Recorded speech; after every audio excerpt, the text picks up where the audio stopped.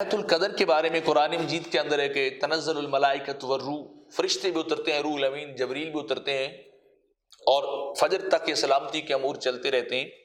تو مفسرین کرام فرماتے ہیں کہ جب کوئی شخص اس بابرکت رات کے اندر کھڑے ہو کے اللہ کی بندگی اور عبادت کرتا ہے تو اس کے ساتھ جبریل امین جو ہے وہ مصافحہ کرتے ہیں۔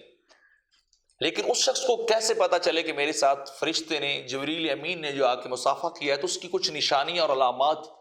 مفسرین کرام نے بیان کی ہیں۔ پہلی بات یہ ہے کہ جب جبریل اس شخص سے آ کے مصافحہ کرتے ہیں تو اس شخص کے اوپر خوف خدا کی خاص کیفیت طاری ہو جاتی ہے،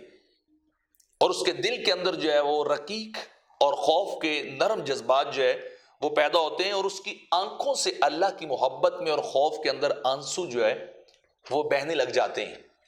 اس کی آنکھوں سے آنسو کی جڑی جو ہے وہ لگ جاتی ہے، اور خشیت الہی سے، اللہ کے خوف سے اس شخص کے بدن کے رونگٹے کھڑے ہو جاتے ہیں، رواں رواں جو ہے وہ بیدار ہو جاتا ہے، اور رونگٹے جو ہے وہ کھڑے ہو جاتے ہیں۔